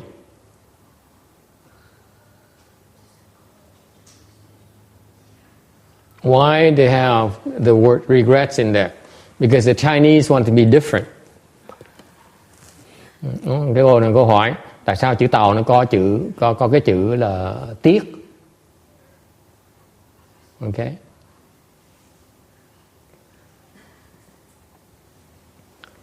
I'm not sure that it means regrets here. Maybe it's the old use of yi hui, meaning that yi hui here means that dissonance, discord, not regrets. Am I making sense? Meaning you hear something, you hear the principles, you don't quite agree with it. That's why meant by Huệ. Am I making sense? Does it make sense to you? That's how I read it. Bắt bẻ tôi, bắt bẻ người Tàu bắt bẻ mới khổ chứ. Nhưng người Việt Nam bắt bẻ mình còn bịp họ được. Cái vì tưởng nó pháp dễ hả? Mình dùng chữ Tàu, vì người Tàu hỏi mình cứng lưỡi luôn. Người nào hỏi là tại sao cái chữ nghi đó, chữ Tàu có cái chữ hủy là hoài, hối có nghĩa là mình hối hận. Tại sao cái nghi mà có hối hận ở trong? Hỏi ác ôn dễ sợ, ác ôn côn lùi về còng không? Có cái ai mà hỏi mà ác dữ vậy? Thì tôi mới trả lời, tôi mới nói là đây là cái chữ Tàu, bởi mình chế dễ sợ. Mình gì cho hỏi tôi mà tôi chế là ráng mà chịu. Tôi nói là tôi chế ra, tôi nói là cô có biết không? Cô người Tàu cô không hiểu. Tôi theo với người Việt tôi mà nghe chữ Tàu này tôi có hiểu cách khác. Tôi nói đó là cái chữ hủy đó, cái chữ hối này không có nghĩa là mình hối hận. Hối này có nghĩa là mình không có đồng ý. Mình nghe cái âm thanh nhưng đều con tâm mình đó, mình không đồng ý với cái lời nói. Ok? Cô Hiền Nhã nghe đâu hiểu ý tôi nói gì không? Cái tâm mình á, mình nghe mình không đồng ý với nó, chứ không phải mình hối hận. Chữ hối này có nghĩa là cái tâm mình nó bị choáng. Thấy tôi xạo vậy sợ không? Mà nó cũng tin vậy thôi. 你白呢？你相信我吗？这样说可以吗？如果这样讲的时候，那个疑鬼应该是不会怀疑了，坚定的相信了，信念已经坚定了。对 ，see, you have to understand when you have doubt, the doubt manifests itself in terms of hesitation. 对 ，that's 悔，这个是悔。Tại vì cái này tôi chế mà trong cái tôi hiểu theo cái tâm mình lúc mà quý vị mà nghi như bác mà nghi ngờ là cái tâm bác nó rung động, không có đồng ý, lắc nó đầu nó lắc quậy. This is before your head even goes like this. Before Carol's head goes like no. This before your head goes like this, your mind goes like this. That's Huệ. Okay, you get it? Your mind goes like this first before your head goes like that. That's Huệ. Thấy không? Tại khi mà quý vị mà nghe mà quý vị không đồng ý á, là cái tâm quý vị nó lắc đầu, rồi cái đầu quý vị mới lắc sau. You get it? I'm based on facts, but that's how I explain the Chinese. Tôi giảng tiếng Tàu như vậy đó. Okay. Any questions? Ai thắc mắc gì không? Okay. Now, you have to understand. The Buddha Dharma is multi-layered. Cái gì nghe này, cái gì nghe này. Cái Phật pháp nó dễ sợ lắm. Cái Phật pháp nó có nhiều cái khía cạnh quá đây. It's so many facets.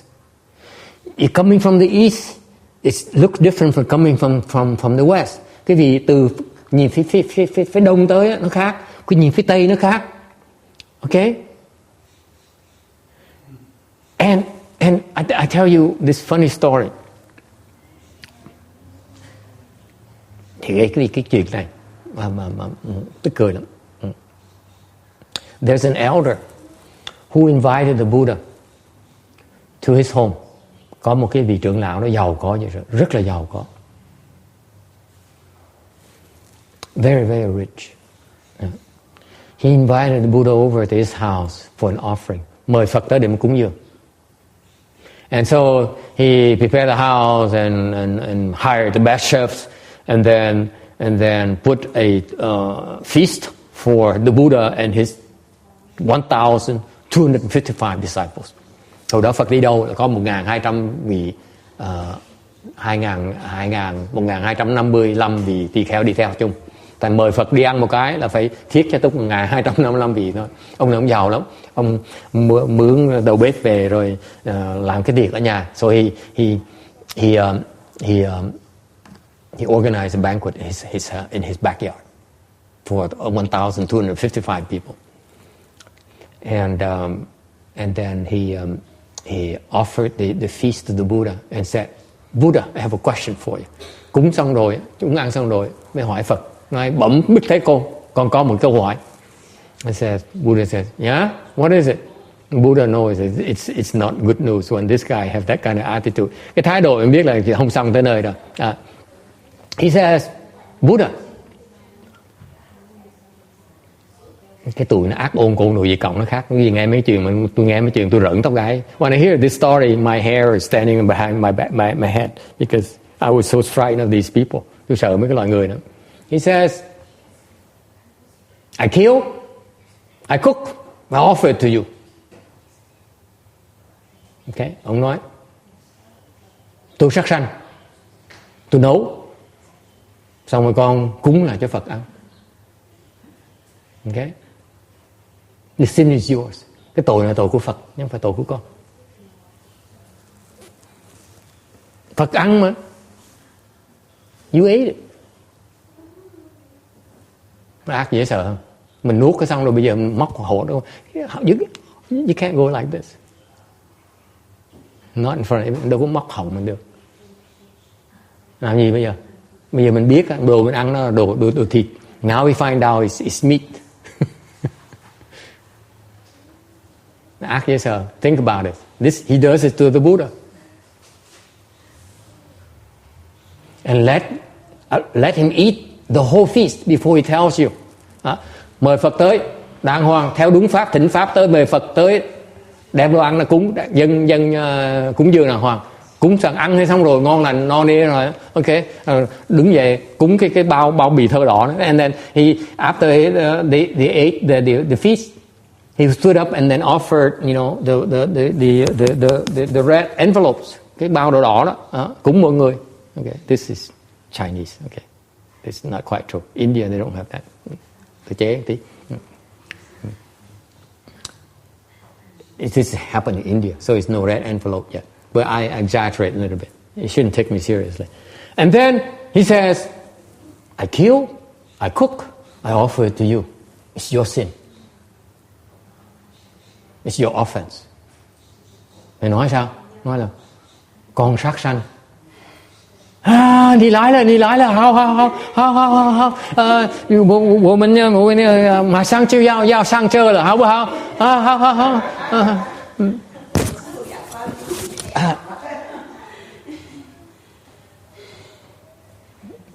nó dã man như vậy, nó cho mình ăn thịt, cúng dường như mình sau nói là cái này là nghiệp của cô, nghiệp của tôi chứ không phải nghiệp của con. You took it. Thầy nhận, thầy còn chối gì nữa. What do you do? Okay, Randy, what do you do now? What do you mean? You just ate it. He's not eating it. Huh? He ate it, but he didn't really eat it. Yeah, that's a lot of that's a lot of. Famous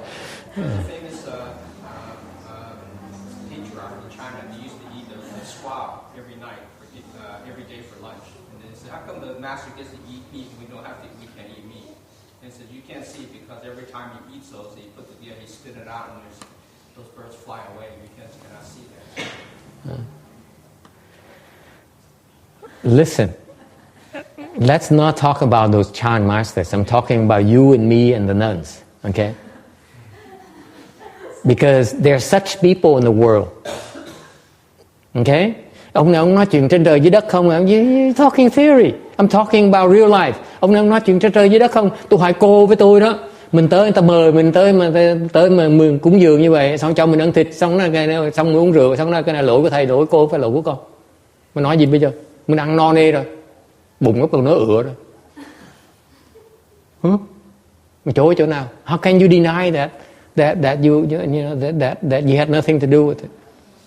I'm no saint. I'm no sage. What are you going to do? We definitely have something to do. Huh? What do you mean there's a big... He says, it's your offense. It's not mine. You ate it. That's not necessarily true. What? He's insulting you. He's insulting me. Yeah, but I think it has to do with the intent too. A big part is intent, you know. Okay. Cái gì nghĩ sao? What about the rest of you? Hả? Hiền nhã bây giờ sao bây giờ? Làm sao bây giờ? Nó tới nó cho mình ăn thịt cầy đó.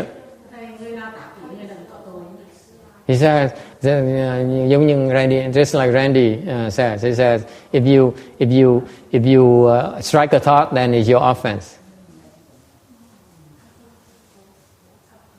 Not necessarily. I'm just saying that he intended to deceive. The Sangha did not intend to. She's right, but I'm not ignore her.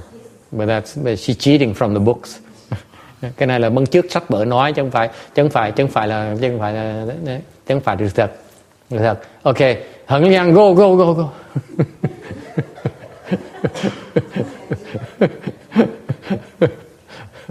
Yeah, Christy, go help her.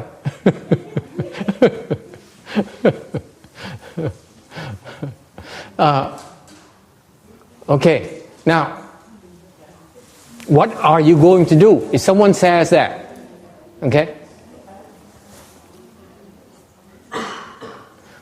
This is what the Buddha said. Biết Phật trả lời sao?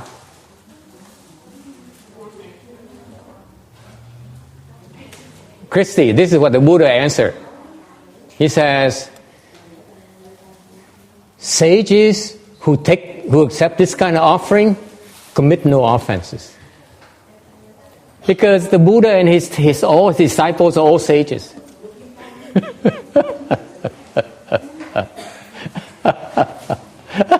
You cannot outsmart the Buddha. He knows it already.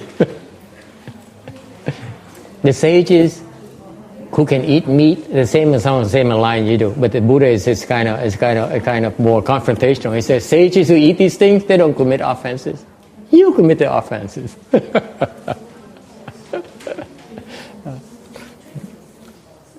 Sao ạ?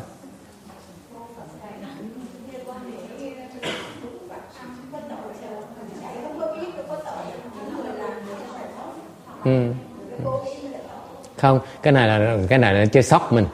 Nó cúng xong rồi nó cho mình ăn xong rồi nó chửi mình.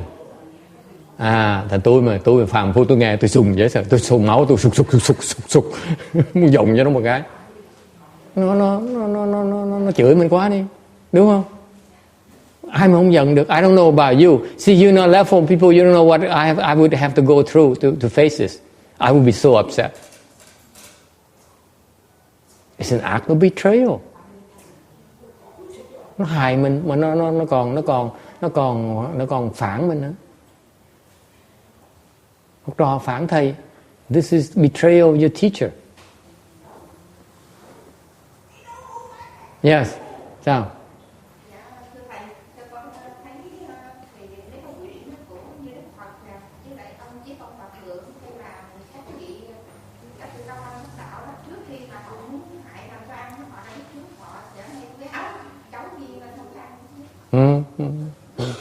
Không, thiệt ra là không hại được, là tại vì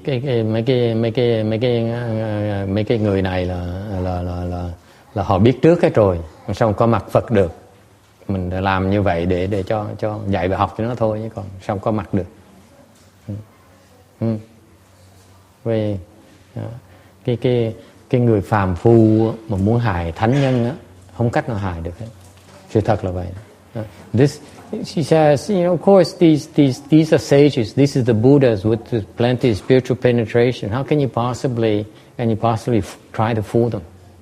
I'm saying that the sutra says, if you want to harm the sages, you can't. It's just spitting against the sky. The spit will fall upon you. Trong kinh Tứ Thập Nhị Chương nói đó, quý vị mà hại thánh nhân, cố ý mà hại thánh nhân, không khác gì ngưỡng mặt mà lên trời mà nhổ nước miếng rớt lại nước mặt mình thôi. You only hurt yourself. You cannot harm sages. Không cách nào mà hại thánh nhân được hết. They can try, but they will suffer. hại thánh nhân họ chịu cái quả rất là khổ sở. Okay. Questions? Sao? Có ngưng có gì không? Yes. Mấy giờ đi hả? She reminded me what time we need to leave. She sort of wants to leave right now. Yes. If people cannot harm a sage, and then why is there like a kill an arhat offense? What? If they can't harm us, then what? Why what? Kill arhat. They kill the arhats because they want to be killed. They don't mind being killed. It's a personal choice. Okay? I think I'm no arhat, so I don't know. I can go so far in my imagination. Yes? He's referring to the cause of falling to the relentless hell, killing Yeah. Yeah. But if his question is, if you cannot harm the sages, then why are arhats who are not even sages yet? Why are they killed? You harm them. Okay, I don't know what's going on. See, he's stuck between killed and harmed. When you say harm, is that getting killed is not necessarily you getting harm as far as the arhat is concerned. It's getting harm from his perspective of an ordinary person. He sees it as being harmed. The arhat, who is a sage, does not see being killed as being harmed. I think that's how the arhats will explain it. Does it make sense to you, Danny? You see it as being harmed, but the arhat does not see it being harmed.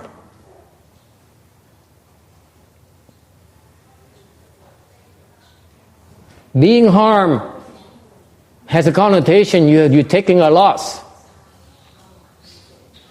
You're suffering. The arhats don't suffer. They don't feel they're taking a loss at all. So therefore they don't feel they're harmed. Trả lời cái vị nghe, ông hỏi tại sao mà nếu như mà không thể hại thánh nhân, là tại sao mới có những vị A La Hán bị giết? Tôi nói tôi không chắc. Tại vì hỏi mấy A La Hán thì nó chắc ăn hơn. Tôi theo cách suy nghĩ của tôi, người A La Hán okay, là họ không có sợ bị giết.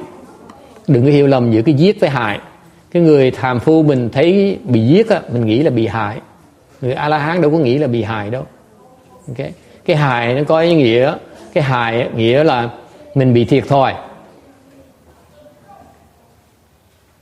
Okay. Người A La Hán đâu có thấy thiệt thòi gì đâu.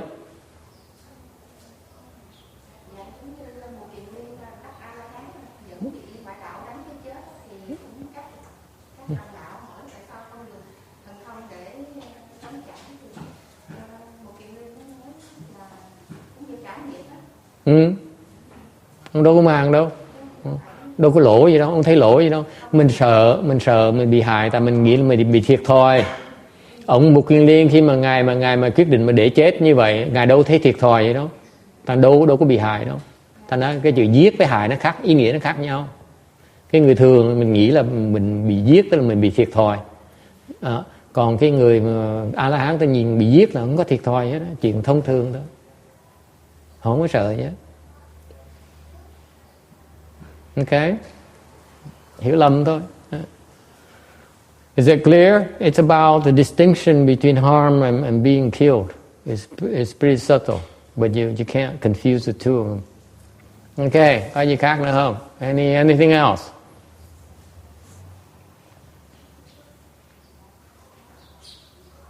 Okay, so these bodhisattvas, I need to finish this point here because it's very important. Cái phần này nó quan trọng.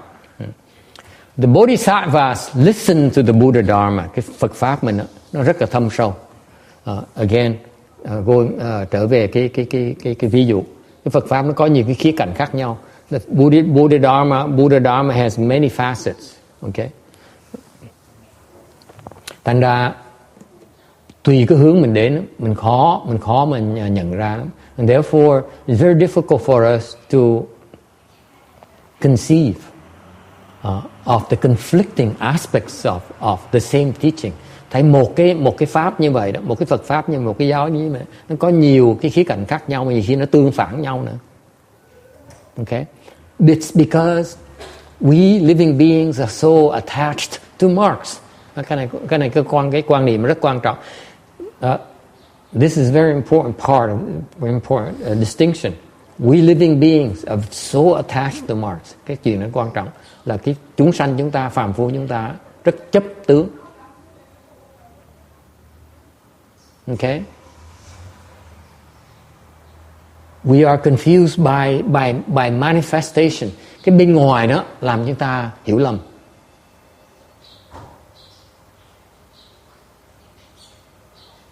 Okay, so for example, in the example of the Buddha eating meat, cái câu chuyện, cái ví dụ hồi nãy là vị Phật với các ngài A La Hán đó, họ đều ăn thịt của ông trưởng giả đó hết. Okay, they're breaking the vegetarian precept, có nghĩa là họ đang phạm cái giới phạm giới trai giới. How can you say they're not breaking precepts? Tại sao quý vị nói là người thường mà sao quý vị cũng thể nói là mình có ai dám nói mà họ là không phạm giới đâu? Họ ràng thì sao nó phạm giới được? It's clearly they're breaking precepts because they ate meat. That's right. So what happened is that the people, living beings, ordinary people, are seeing only manifestations. They're seeing a body. They cannot fathom the mind. Okay. Cái người thường phàm phu chỉ thấy được cái tướng thôi. Cái tướng là người này ăn thịt, không thấy được cái tâm của cái người này. They cannot see the mind of these people. Okay. You cannot break precepts unless you intentionally are breaking it. You intend to break it. Quý vị không có phạm giới trừ phi quý vị cố ý phạm giới mới gọi là phạm giới.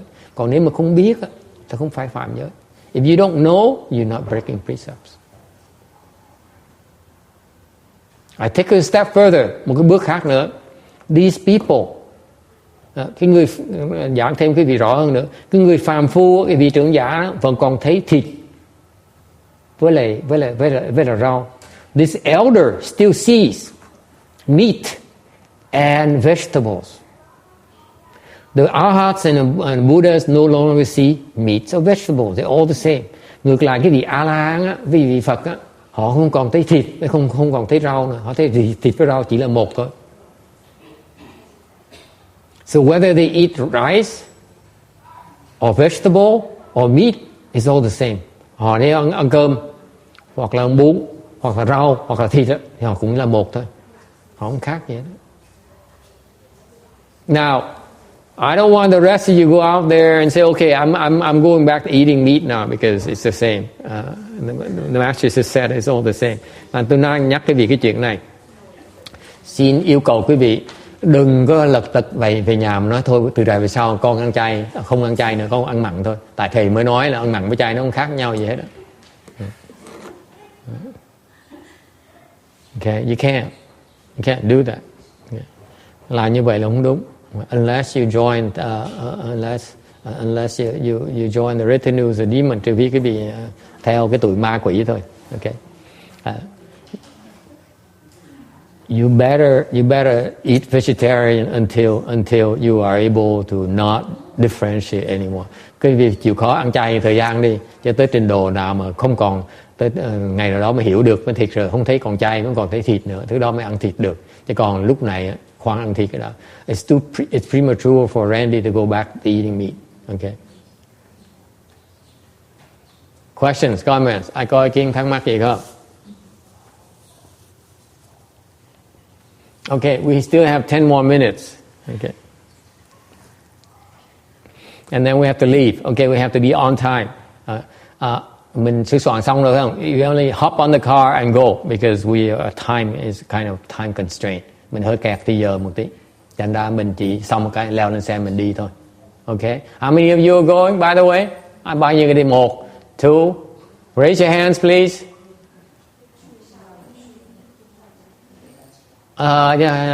Chỉ số. Yeah.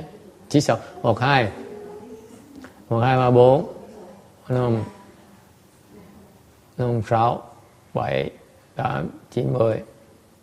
The kids are going. 14. Hey, there's not enough cars. Then we have to go to 3 cars.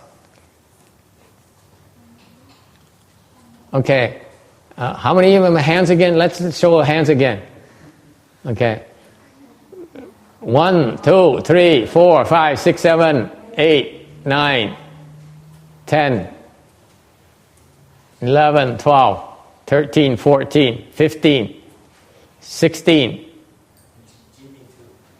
17. Okay, 17. That means we need 3 cars. Mình cần 3 chiếc xe. Who's going to drive now? We have 2 vans. Jimmy will drive one. Okay, there you go. Jimmy will take care of everything. Let's give Jimmy some money for the gas. Đi riêng. Trào đi riêng một mình thôi.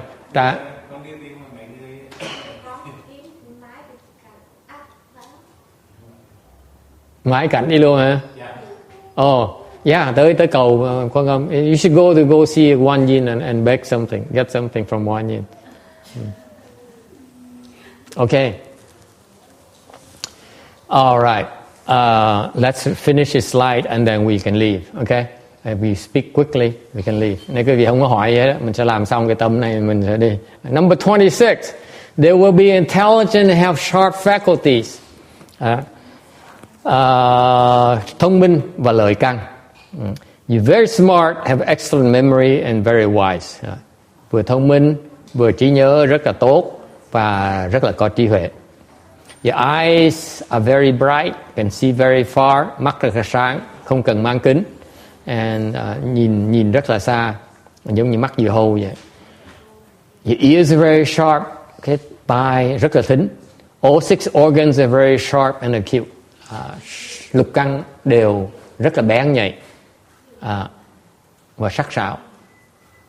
Okay, any questions? Ai thắc mắc gì không? It's clear? Okay, clear. Then we can stop and here because we need to we stop a little bit early because we need to get going because we don't want to be late. Nếu mà quý vị cũng có thắc mắc gì thì mình ngừng lại đây buổi sớm tí xíu đi, tại vì mình không muốn tới trễ làm người ta phiền não.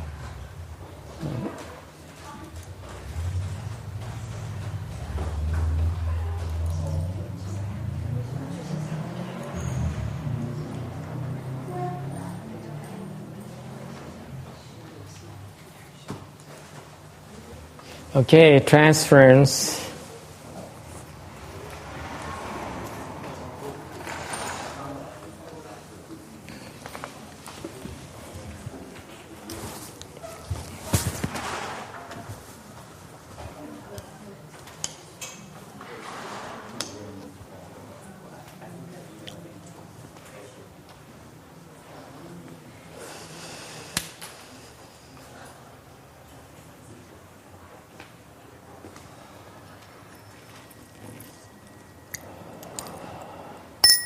May these merits and virtues adorn the Buddha's Sphere Land, repaying the 4 kinds of kindness above, aiding a threefold path below.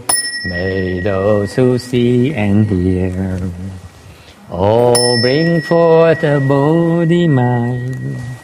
And when this retribution body is done, be all born a land of utmost bliss.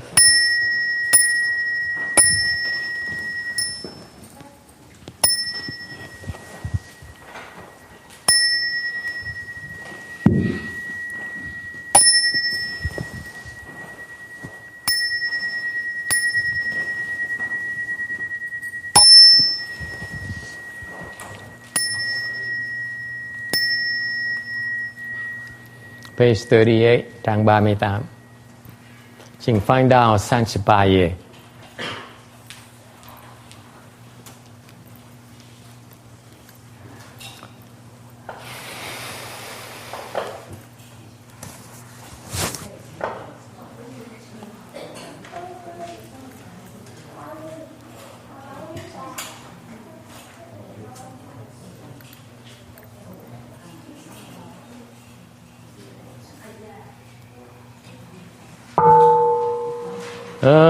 我尽量的菩萨摩诃薩那，我盡量的菩薩摩诃薩那，我盡量的菩薩摩诃薩。